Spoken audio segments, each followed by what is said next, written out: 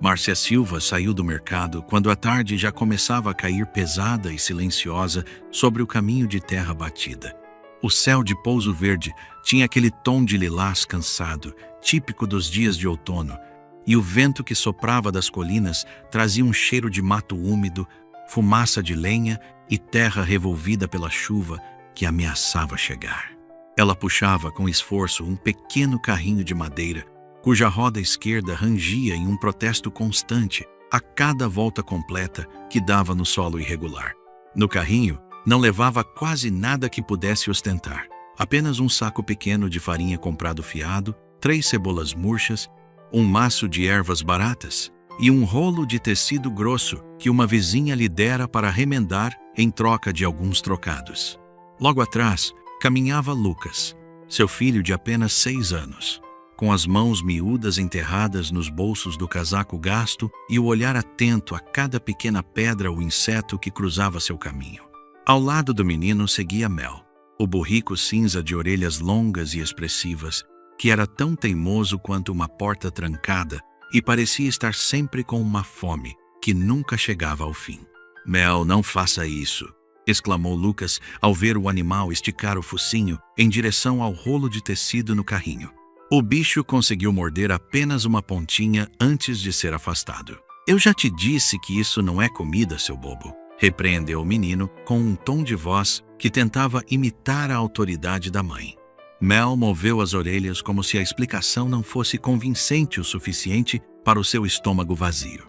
Márcia parou por um instante, virou-se e ajeitou o tecido com cuidado maternal, suspirando fundo enquanto sentia o peso do dia nos ombros. "Se você comer o trabalho da sua mãe, amanhã terá que aprender a costurar para nos sustentar", murmurou ela para o animal, soltando uma risada curta e sem muita alegria. Lucas deu um sorriso pequeno, achando graça da ideia, mas o semblante de Márcia logo voltou a ficar nublado. Ela ainda conseguia sentir em suas costas o peso do olhar de seu Jonas, o dono do armazém, lembrando-a da dívida que só crescia. "Não posso esperar mais, Márcia. No fim do mês eu preciso desse pagamento integral.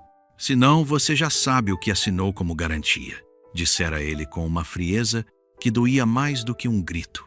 Ele não falara com crueldade ostensiva, mas com a indiferença de quem já tinha feito todas as contas e não encontrava mais nenhum espaço para compaixão em seus livros de registro. Márcia continuou caminhando, sentindo o aperto no peito. A casa perto da ponte não era grande nem luxuosa. Tinha goteiras persistentes, paredes que pareciam cansadas de sustentar o teto e uma cozinha minúscula, mas era a única coisa que lhe restara após a partida prematura de Tiago. Quando chegaram à curva acentuada de onde já se podia avistar a silhueta da Ponte Velha, Lucas adiantou o passo, saltitando entre as poças secas. Márcia o observou tocar o bolso do casaco com um gesto rápido e quase escondido, mas ela conhecia cada movimento do filho. Ali, ele guardava meio pedaço de pão que sobrara do café da manhã. Ele não o guardava por capricho ou falta de apetite, mas por um medo instintivo de que no dia seguinte não houvesse absolutamente nada para colocar na mesa. Era um medo aprendido cedo demais para uma criança de apenas 6 anos de idade. Márcia engoliu em seco, sentindo uma pontada de culpa atravessar seu coração. Ela sentiu uma vontade imensa de dizer a ele que não era necessário se preocupar, que amanhã haveria pão fresco e fartura, que uma mãe sempre dá um jeito de prover para sua cria, mas o silêncio venceu.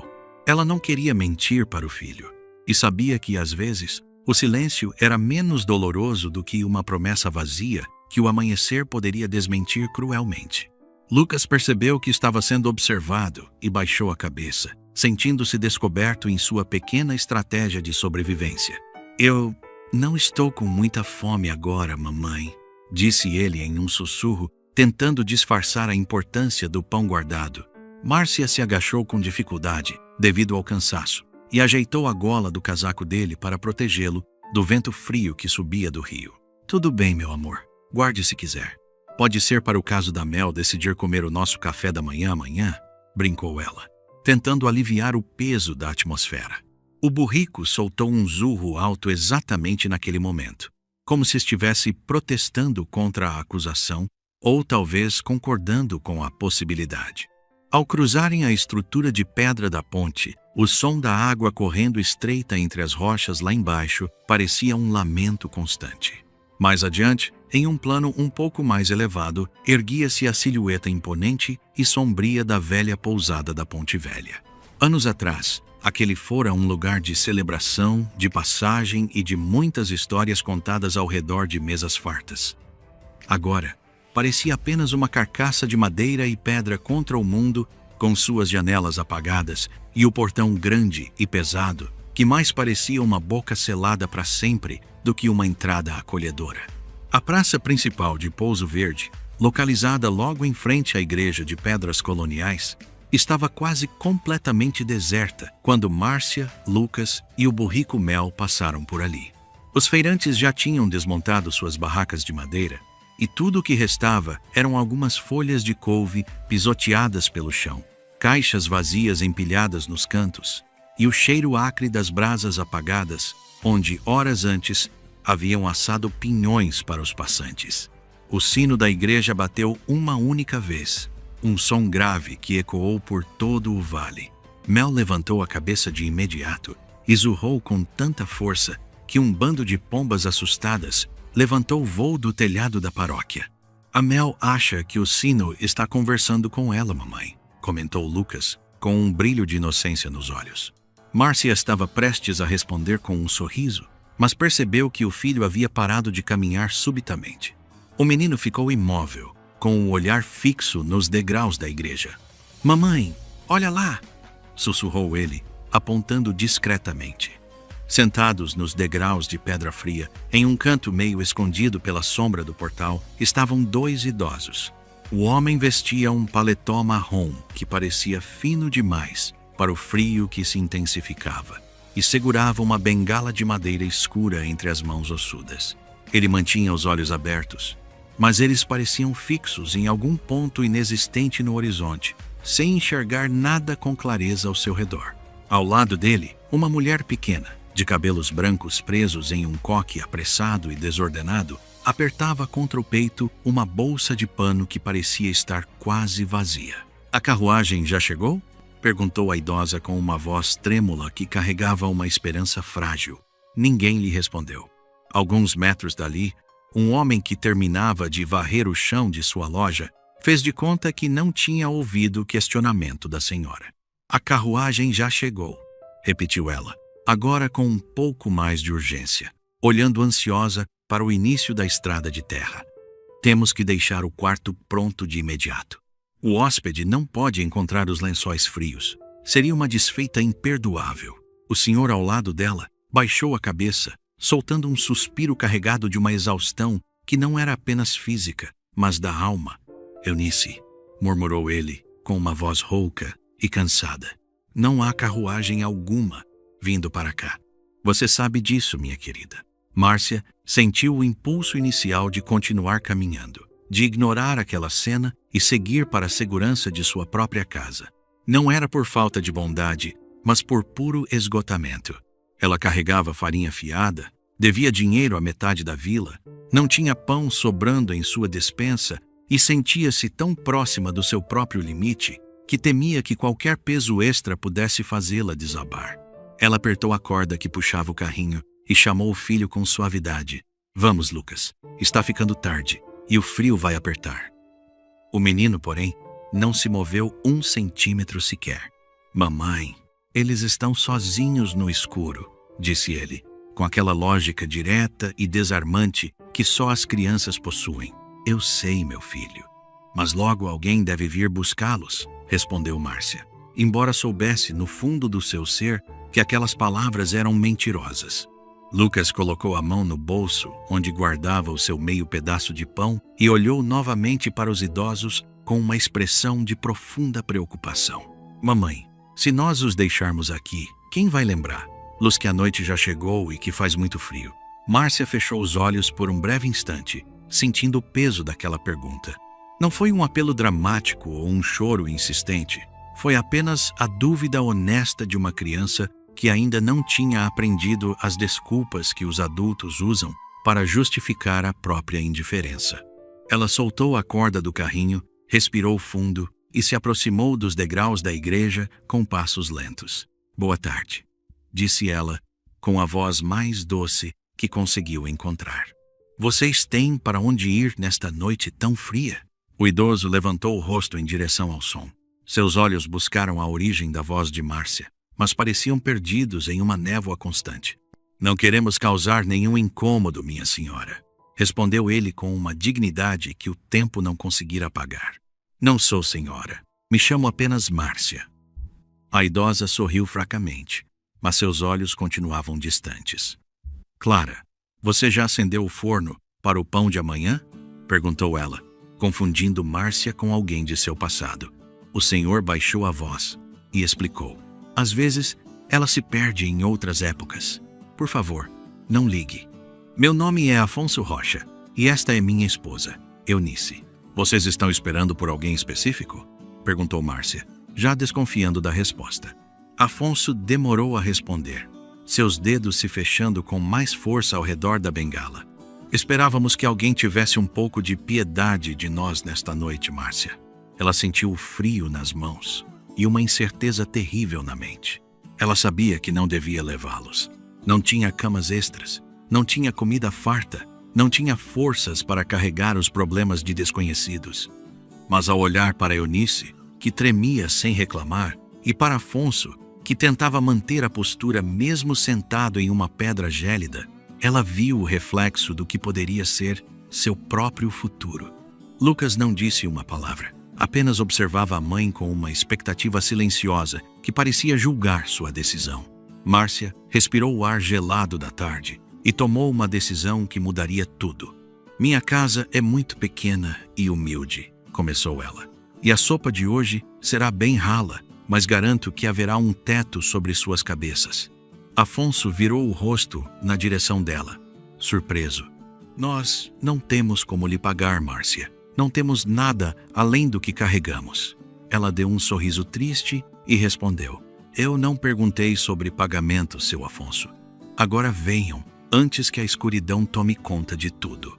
A casa de Márcia ficava exatamente ao lado do caminho que descia em direção à Ponte Velha.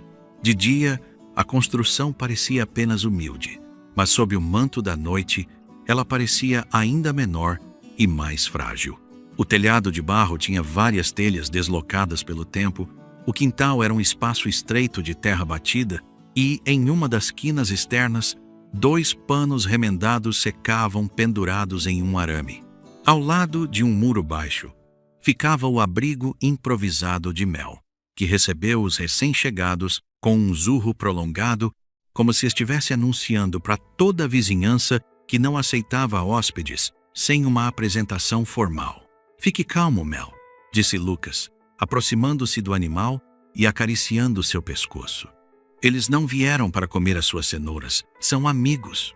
O burrico moveu a cauda, ainda parecendo um pouco desconfiado da movimentação incomum. Márcia abriu a porta de madeira, que rangeu suavemente. O interior da casa cheirava a lenha antiga, farinha e roupas limpas que secavam perto do fogão a lenha.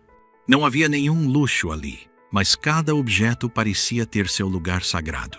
A mesa de madeira marcada por anos de uso, 2 cadeiras firmes e uma terceira que balançava por ter uma das pernas mais curta, e uma cortina gasta que separava o canto onde ela e Lucas dormiam. Entrem devagar, por favor, pediu Márcia, guiando os idosos pela mão. O chão de tijolos é um pouco desnivelado aqui na entrada.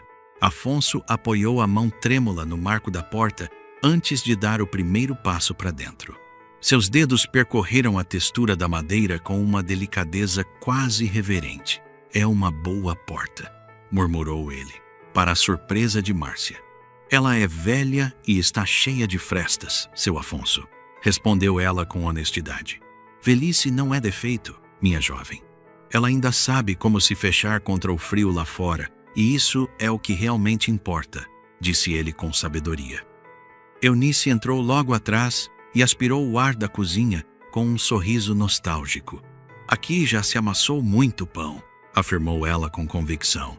Sempre que há farinha disponível, respondeu Márcia antes mesmo de conseguir se conter. Ela não disse aquilo com amargura, mas com o cansaço de quem vive contando cada grama de alimento. Eunice olhou para ela com uma lucidez repentina e profunda, como se tivesse entendido muito mais do que as palavras sugeriam. Então, hoje nós faremos com que a farinha que existe renda o suficiente para todos nós, disse a idosa com um tom encorajador. Márcia acendeu o fogo, usando alguns gravetos secos e um pedaço pequeno de lenha de lei que guardava para ocasiões especiais.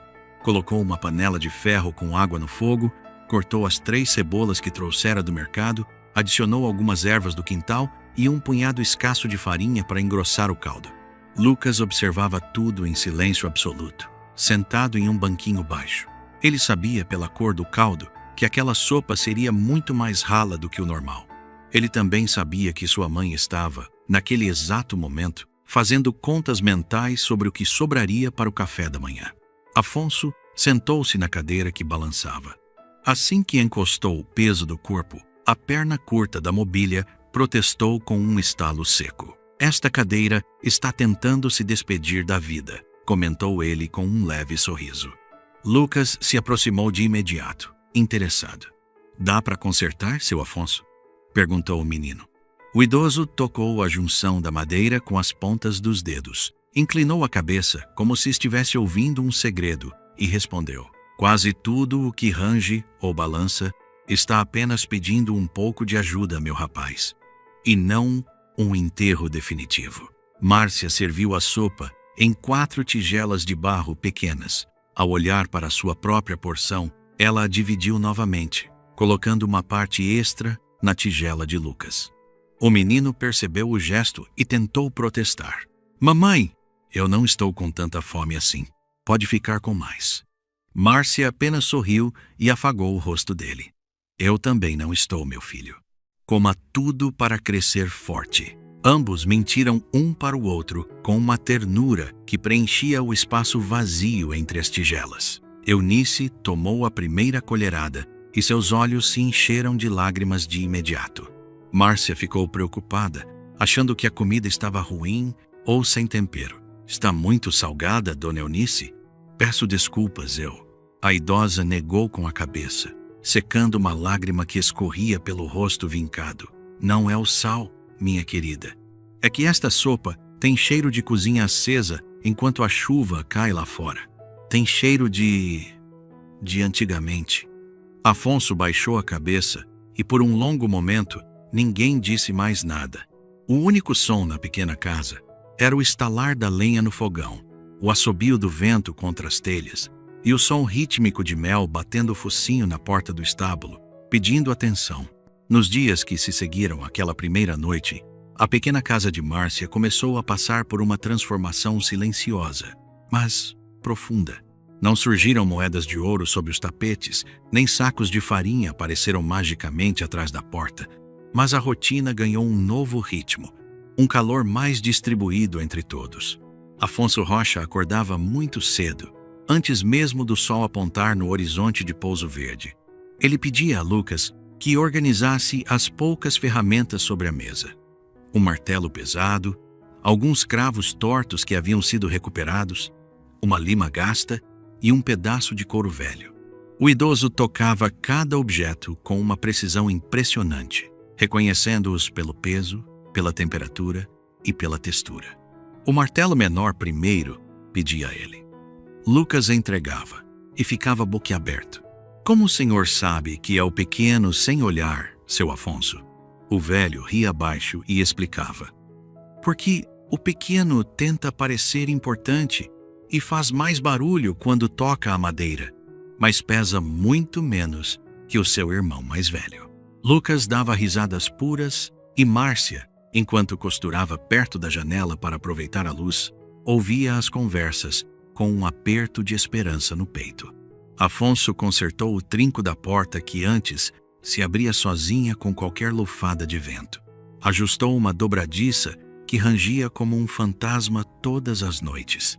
Revisou a roda do carrinho de Márcia e encontrou uma rachadura perigosa no aro de madeira que ela nem sequer tinha notado. Se você continuar carregando o peso assim, ela vai partir no pior momento possível, alertou ele. Márcia suspirou, parando o trabalho por um momento. Márcia, tudo nesta vida parece esperar o pior momento para quebrar, seu Afonso, desabafou ela, com o cansaço acumulado de meses. Nem tudo, minha jovem, corrigiu ele com suavidade. Algumas coisas quebram antes apenas para nos avisar que precisamos parar e prestar atenção. Ele passou os dedos calejados pela madeira e bateu levemente em um ponto específico. Aqui, ouça este som oco. É o aviso. Márcia se aproximou, tentando ouvir, mas não percebeu diferença alguma. Eu não ouço nada além de madeira batendo, confessou. Afonso sorriu com os olhos perdidos. Isso é porque você está ouvindo com medo do futuro, Márcia. O medo faz muito barulho dentro da cabeça e nos impede de ouvir as coisas pequenas. Enquanto isso, Dona Eunice tomou conta da cozinha de uma forma tão natural que parecia que sempre estivera ali.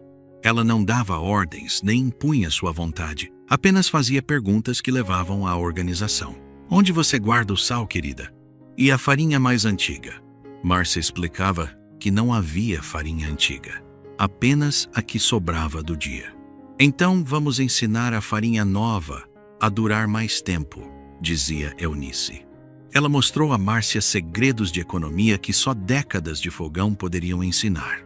Como guardar um pouco da massa para fermentar o pão seguinte, como misturar ervas secas para dar ilusão de fartura. A fome física se resolve com comida, Márcia, explicava a idosa enquanto mexia o caldo com uma colher de pau. Mas o medo da fome só se acalma com o hábito e o ritmo. Se uma cozinha tem ritmo e cheiro de vida, a família respira melhor, mesmo que a panela não esteja cheia até a borda. Às vezes, porém, a mente de Eunice divagava para longe, para uma realidade que não existia mais. Ela ficava olhando para a parede descascada e perguntava com urgência: Bárbara, você já preparou os lençóis para o quarto número 7? O hóspede tem pressa. Márcia aprendeu a não corrigi-la de forma brusca. Hoje, não temos hóspedes para o quarto 7, Dona Eunice. Podemos descansar um pouco. A idosa franzia a testa, confusa por alguns segundos, e depois murmurava: Sempre há alguém chegando tarde, Márcia. Sempre há alguém precisando de um lugar quente para deitar.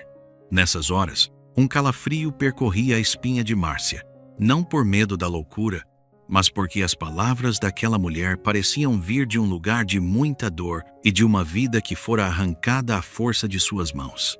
Uma tarde, enquanto Lucas ajudava a separar feijões sobre a mesa de madeira, Afonso começou a contar histórias sobre a estrada velha. Ele falou de tropeiros que chegavam com as botas cobertas de lama vermelha, de mulheres que viajavam com bebês dormindo em redes, de soldados que carregavam cicatrizes que não queriam explicar. E onde o senhor via todas essas pessoas? Perguntou Lucas com os olhos brilhando de curiosidade. Afonso ficou em silêncio por um longo tempo, mas Eunice respondeu por ele com uma voz clara e firme. Nós os víamos da Porta Grande, meu filho. Porta Grande? De onde, Dona Eunice? Perguntou Márcia, parando a costura e sentindo que uma verdade estava prestes a surgir. Eunice piscou repetidamente, como se a luz do sol estivesse forte demais. Da Casa da Ponte, respondeu ela, hesitante. Eunice, Afonso apertou a mão sobre a mesa, tentando conter a emoção que subia por sua garganta. Havia uma mesa muito longa, continuou Eunice, e aos domingos nós fazíamos pão de milho com castanhas. Josefa corria entre os bancos e dizia que os viajantes traziam o cheiro do mundo inteiro grudado nos sapatos. A voz da idosa quebrou ao mencionar o nome de Josefa. Lucas olhou para a mãe sem entender quem seria aquela pessoa. O silêncio que se seguiu foi pesado e carregado de uma tristeza antiga. Afonso respirou fundo e explicou com a voz embargada. Josefa era nossa filha caçula, Márcia. Ela se foi quando ainda era muito pequena, levada por uma febre que nenhum médico conseguiu curar.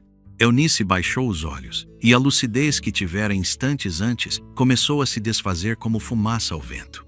Ela não gostava de lençóis frios, murmurou a velha.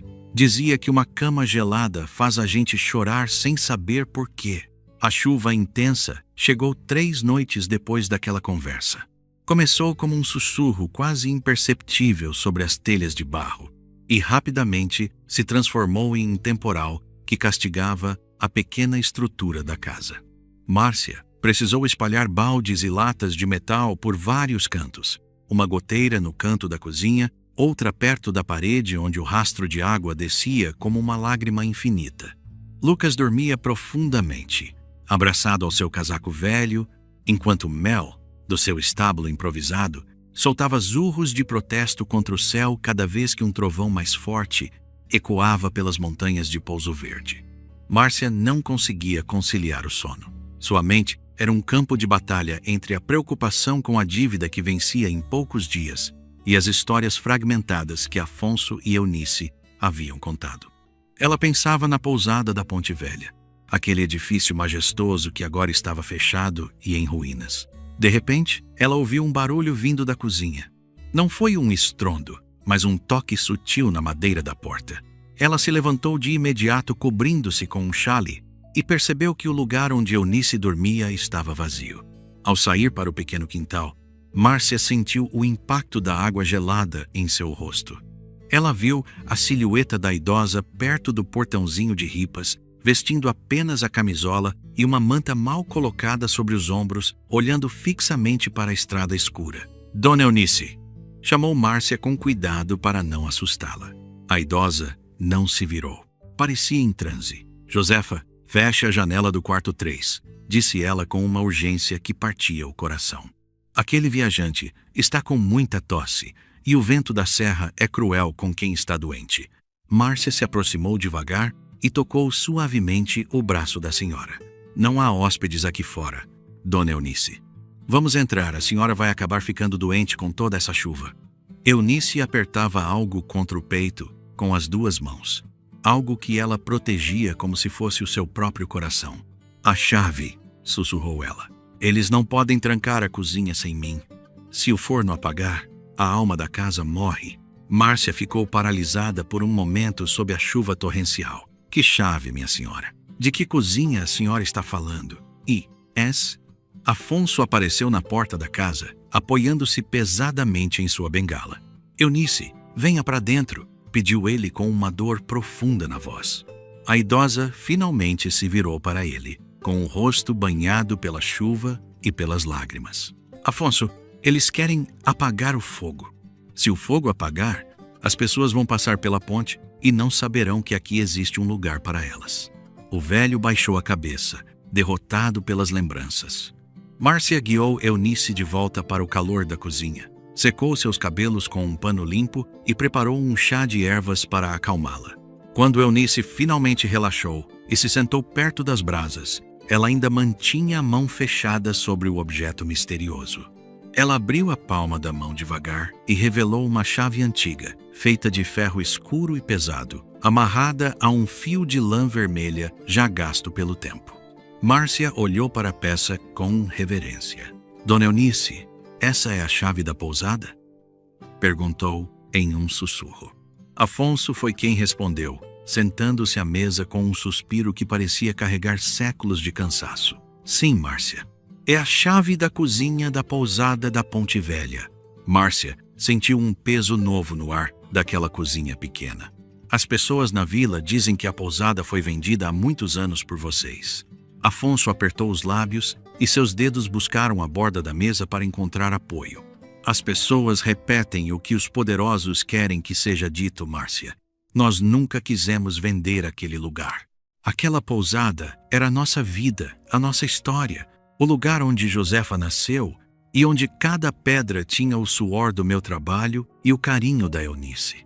Eunice acariciou a chave de ferro com o polegar. A cozinha era o meu reino, disse ela com uma clareza frágil. As panelas de cobre ficavam à esquerda. O estoque de castanhas ficava no armário debaixo da janela. E ninguém sabia dobrar os guardanapos de linho como eu. Márcia sentiu uma revolta crescer em seu peito ao ouvir aquilo. E o que aconteceu? Por que vocês saíram de lá? Afonso demorou a responder. Nós cometemos o erro de confiar no sangue, Márcia. Tivemos um filho chamado Gilberto que nos pediu confiança quando as dívidas da Estrada Nova começaram a aparecer. Gilberto Rocha era um nome que Márcia conhecia.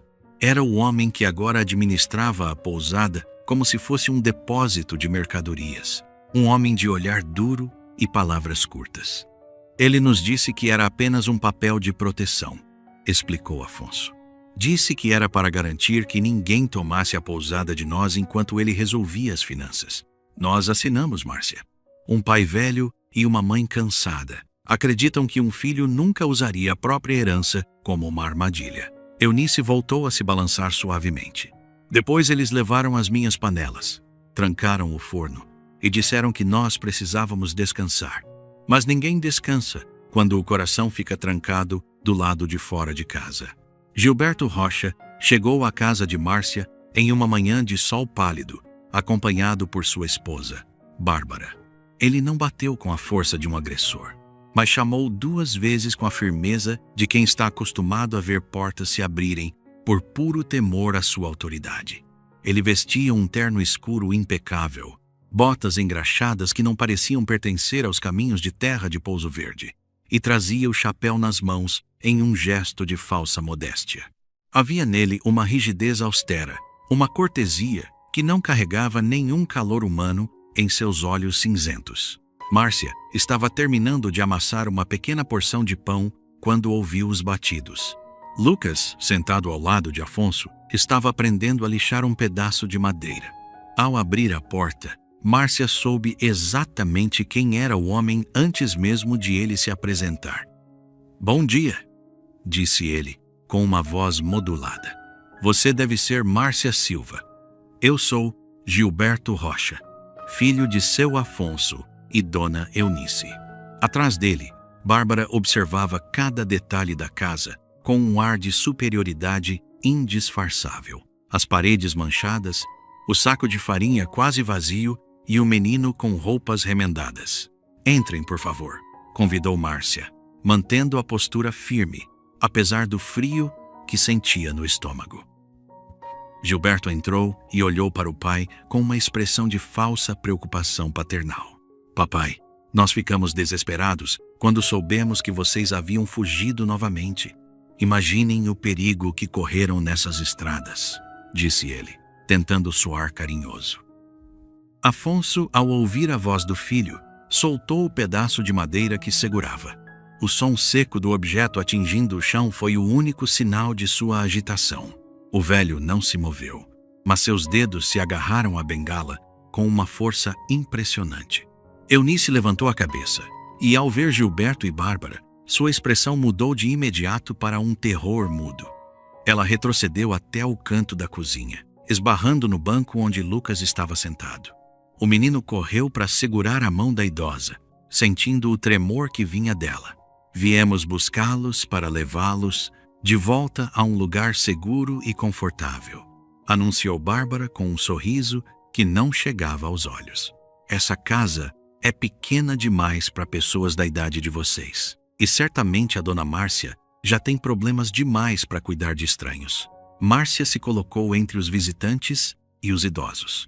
"Se vocês vieram por real preocupação, podem se sentar um momento e conversar com calma, mas garanto que eles não estão sendo um peso para mim", afirmou ela com clareza. Gilberto mediu Márcia com o olhar. "Senhora Márcia, vamos ser práticos. Meus pais não estão em condições mentais de decidir o que é melhor para eles. Meu pai mal enxerga e minha mãe vive em um mundo de fantasias.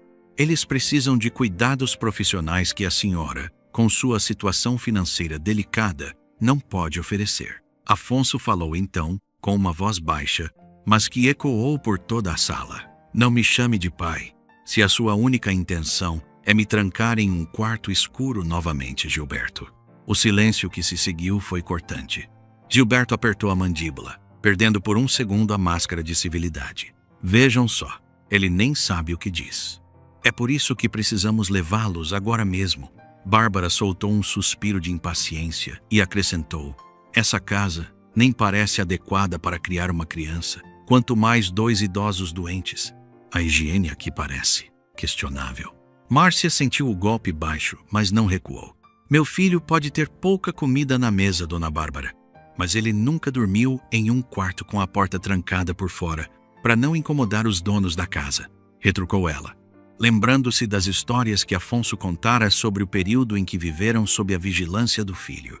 Gilberto deu um passo à frente, sua voz agora carregada de uma ameaça velada. A senhora não tem ideia do tipo de problema em que está se metendo. Uma viúva cheia de dívidas com o mercado não deveria se dar ao luxo de desafiar quem pode decidir o futuro de sua própria casa. Lucas olhou para a mãe com medo, percebendo a gravidade do que estava sendo dito. Márcia respirou fundo e olhou diretamente nos olhos de Gilberto Rocha. Se seus pais quiserem ir com o senhor por livre e espontânea vontade, eu não os impedirei. Mas se eles quiserem ficar, ninguém os tirará desta casa à força, nem o senhor, nem ninguém. Gilberto soltou uma risada seca e desdenhosa. E quem a senhora acha que o juiz de Pouso Verde vai ouvir? Uma mulher pobre? Ou o dono da maior propriedade da região? Vamos embora, Bárbara. O tempo se encarregará de mostrar a ela o erro que cometeu. Os rumores começaram a se espalhar por Pouso Verde antes mesmo do sol atingir o ponto mais alto do céu. Primeiro foi uma vizinha que desviou o olhar quando Márcia foi buscar água no poço comum. Depois, o rapaz que entregava lenha passou direto pela sua casa, ignorando o seu chamado. Mais tarde, no armazém de seu Jonas, as conversas cessaram abruptamente assim que ela cruzou a porta.